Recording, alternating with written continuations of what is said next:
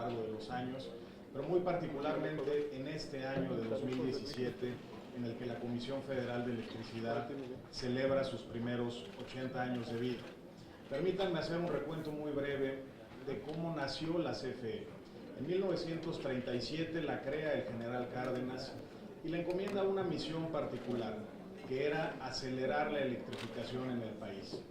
En aquel año apenas el 38% de la población en México tenía acceso al servicio de energía eléctrica. En este 2017 es ya el 98.5% de la población quien tiene acceso al servicio de electricidad. En aquel año, en 1937, la CFE no tenía redes propias de transmisión ni tampoco de distribución. Hoy nuestras redes de transmisión rebasan ya los 100,000 kilómetros y podrían darle 2 vueltas a nuestro planeta. Las redes de distribución rebasan ya los 800,000 kilómetros por todo el país. En aquel año, en el 37, la CFE tenía una sola central de generación. Esa central hoy sería suficiente para iluminar apenas 10 cuadras del Paseo de la Reforma, para ponerlo en perspectiva. Hoy tenemos 186 centrales de generación con distinta tecnología a lo largo de todo el país. Y finalmente teníamos en aquel año cerca de 100,000 clientes. Hoy tenemos 41.7 millones de clientes en todo el país y este número se incrementa a razón de al menos 1 millón de nuevos clientes por año.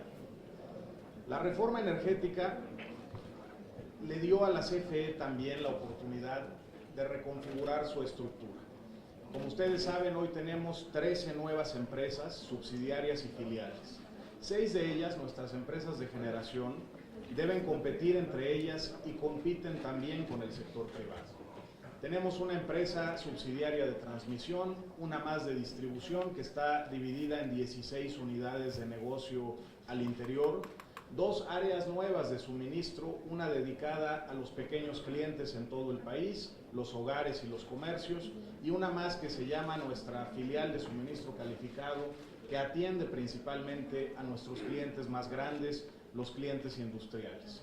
Y la reforma energética abrió por primera vez para la CFE la oportunidad de participar de manera directa en el mercado de los combustibles, en primerísimo lugar para suministro propio, a fin de poder capturar ahorros, y en el mediano plazo para poder comercializarlos también con terceros. Para ello tenemos hoy 2 nuevas filiales, una en México y otra en Estados Unidos, que se dedican precisamente a optimizar el suministro de los combustibles para la generación de energía eléctrica. Esta nueva estructura nos ha permitido también replantear la visión estratégica de la CFE para el mediano plazo. Permítanme resumir de la siguiente forma cuál es la estrategia de la CFE en estos años por venir.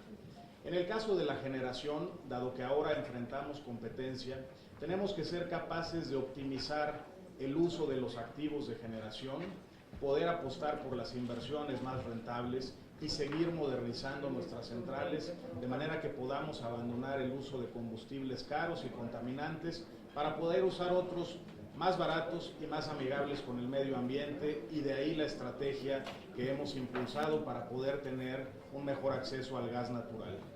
En el caso de la transmisión y la distribución, enfrentamos el reto de la modernización tecnológica. Debemos contar en nuestro país con redes inteligentes que nos permitan ofrecer un mejor servicio a nuestros clientes. Tenemos el reto también de continuar disminuyendo las pérdidas de energía. En un momento más compartiré los datos específicos de cómo hemos venido avanzando en este frente.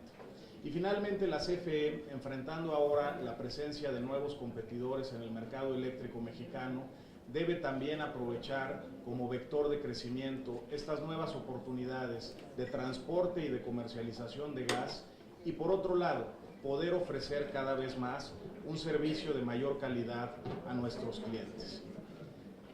En la siguiente lámina podemos ver cómo hemos venido avanzando para elevar la calidad del servicio de energía eléctrica en nuestro país. El índice de duración promedio de la interrupción que sufre cada uno de nuestros clientes en su servicio eléctrico en un año ha caído de 2010 a la fecha en cerca del 78%.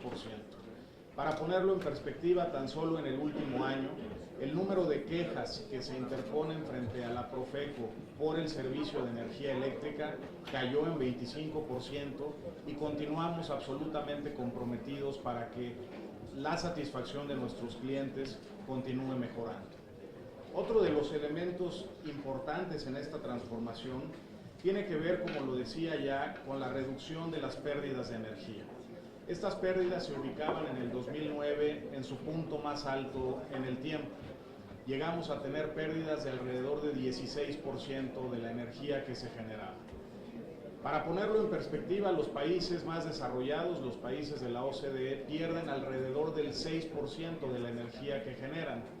Y para ponerlo nuevamente en perspectiva, en la zona centro del país, que hasta hace pocos años era atendida por otra empresa del Estado, se perdía entre el 40 y el 50% de la energía que se generaba.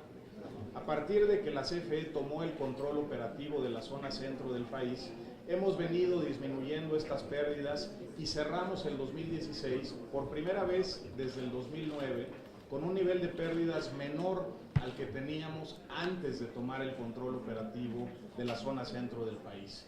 El compromiso es que el año próximo nos ubiquemos en el umbral de entre un 10 y un 11% y continuar mejorando nuestro despliegue operativo y las inversiones que debemos realizar para poder acercarnos hacia ese 6% que es el estándar internacional. La buena noticia es que ya hay regiones del país que hoy pierden incluso menos que ese 6%, y la zona centro que continúa siendo un reto importante para la empresa.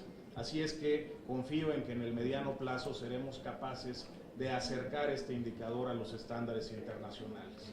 Por otro lado, la estrategia que hemos impulsado con absoluta determinación de sustituir los combustibles nos ha permitido entre 2012 y 2016 reducir en 44% nuestras emisiones contaminantes. ¿Cuánto significa este avance? Significa sacar de circulación alrededor de 5 millones de vehículos, prácticamente la totalidad de los vehículos que hoy circulan en la Ciudad de México. Y nos hemos trazado una meta todavía más retadora, hacia el 2021, lograr, una vez que la red nacional de gasoductos haya sido completada, lograr reducir estas emisiones contaminantes hasta en un 90%.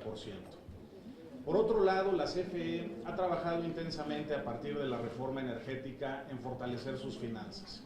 Hoy tenemos un menor endeudamiento y hemos avanzado a paso firme en la reducción de costos en la empresa. Permítanme compartirles algunos datos relevantes. El primero de ellos es el pasivo laboral. Era el pasivo más importante que tenía la CFE, venía creciendo de manera muy acelerada a un ritmo de alrededor de 60,000 millones de pesos por año. Los estudios actuariales nos indicaban que era un pasivo que no sería sostenible en el tiempo. Así es que, aprovechando el incentivo que estableció la reforma energética, logramos reducir en más de 42% este pasivo laboral de la empresa, alrededor de 320,000 millones de pesos. Además, la empresa se ha endeudado menos cada año. Nuestro techo de endeudamiento neto, que se ubicaba en alrededor de 17,000 millones de pesos, se ha reducido en más de 40%, ubicándose en este año en alrededor de 10,000 millones, y lo seguiremos disminuyendo hacia adelante.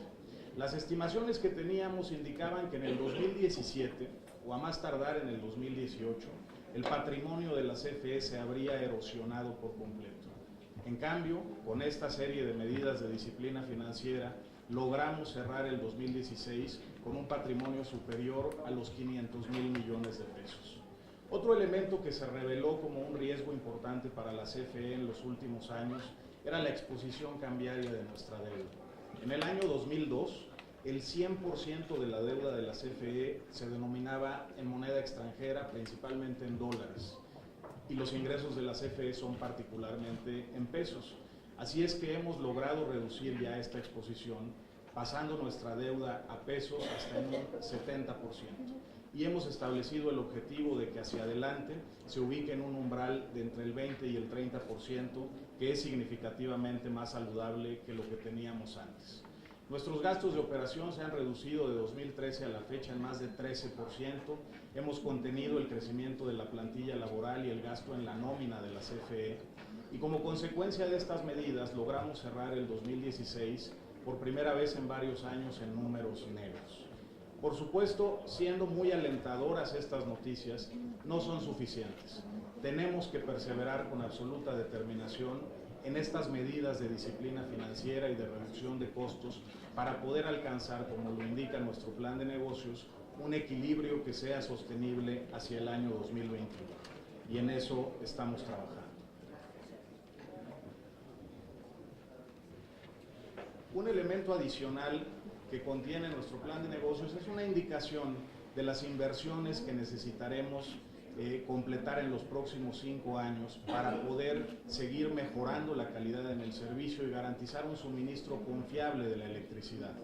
Una característica del mercado eléctrico mexicano que nos distingue de países que han emprendido reformas a su sector eléctrico con anterioridad es que en el caso mexicano la demanda de energía eléctrica continúa creciendo y lo hace a una tasa promedio de 3% al año. Eso significa que hay espacio para el crecimiento y fortalecimiento de la CFE y hay espacio también para una creciente y vigorosa participación del sector privado. Así es que para los próximos 5 años hemos estimado inversiones por alrededor de 250,000 millones de pesos.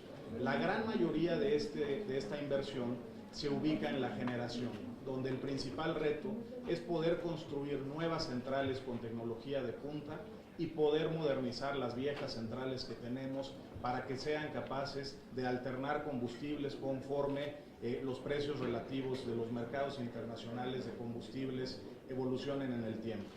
En el caso de la transmisión, estimamos cerca de 40,000 millones de pesos en proyectos estratégicos en todo el país que nos permitirán principalmente poder desfogar la energía que se genere y muy particularmente alrededor de los nuevos proyectos que se harán posibles gracias a las subastas de largo plazo que ya mencionaba el secretario de Energía. En el caso de la distribución, estimamos cerca de 48,000 millones de pesos destinados principalmente a la reducción de las pérdidas no técnicas de energía, y en esta canasta muy rimbombante de pérdidas no técnicas en realidad englobamos el rubro muy delicado y que lamentablemente se sigue presentando en el país del robo de energía eléctrica. Por otro lado, permítanme indicar en la siguiente gráfica que si pudiéramos ver un resumen de las inversiones que se han hecho posibles, la siguiente por favor, de las inversiones que se han hecho posibles gracias a la reforma energética en este periodo de 2012 a la fecha, la fotografía es la siguiente. Hemos impulsado con el sector privado la construcción de 25 nuevos gasoductos, la conversión de 7 centrales de generación para que puedan utilizar gas natural, 24 centrales nuevas de generación o reconvertidas, 52 nuevas centrales de energía limpia que ya refería el secretario Pedro Joaquín alrededor de las subastas de largo plazo, 6 centrales adicionales de energías renovables, 415 proyectos de transmisión y 11,800 proyectos de distribución, buena parte de los cuales están orientados a poder avanzar en la agenda de electrificar aquellas regiones remotas del país que hoy no tienen acceso al servicio de energía eléctrica. La que sigue.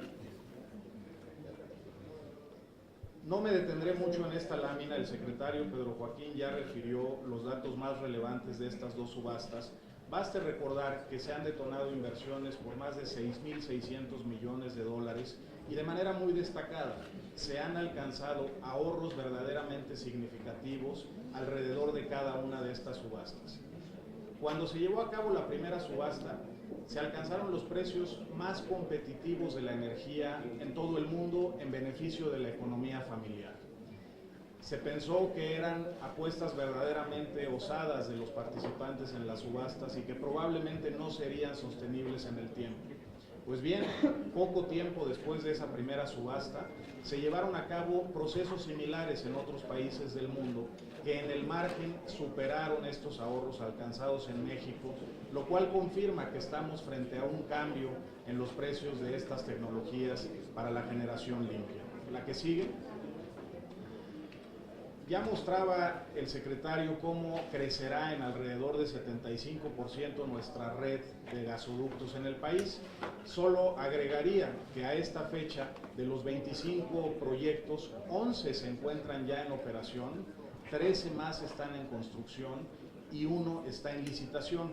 Pero de manera muy destacada, con este acceso al gas natural para la generación de energía en el país y para la producción industrial en diferentes regiones de México, nuestras filiales de CFE Energía y CFE Internacional que se están dedicando a poder optimizar este suministro tendrán el lugar número 14 como comercializador de combustibles, particularmente de gas natural, en América del Norte.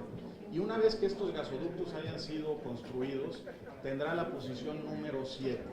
De esa magnitud es la relevancia de estas inversiones que hemos impulsado junto con el sector privado. La que sigue.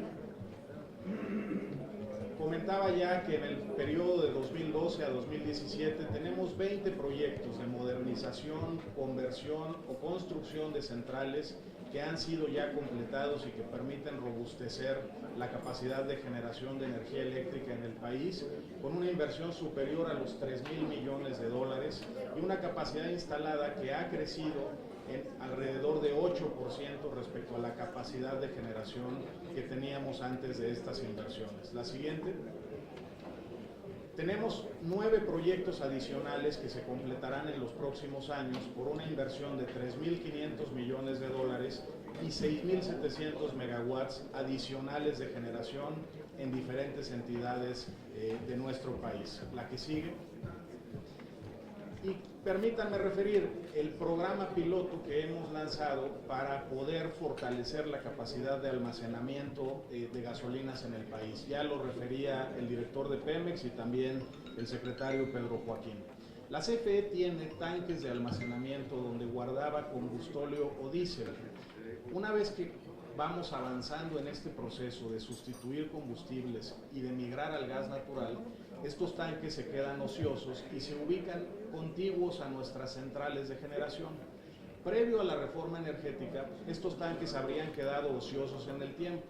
La reforma le da a la CFE los incentivos para buscar optimizar el uso de sus activos, para buscar atraer nuevas fuentes de ingresos y para contribuir en esa medida al fortalecimiento de la seguridad energética en el país.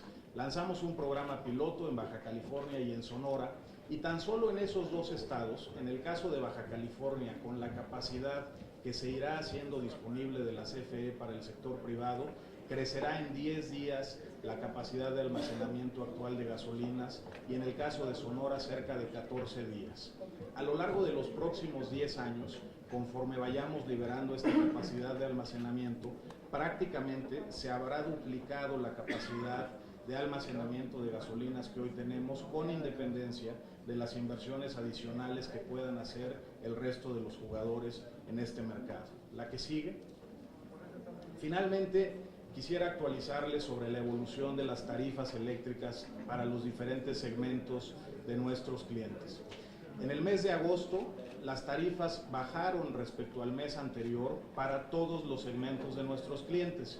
En el caso de nuestros clientes industriales, estas tarifas bajaron entre 2.6 y 3.3%.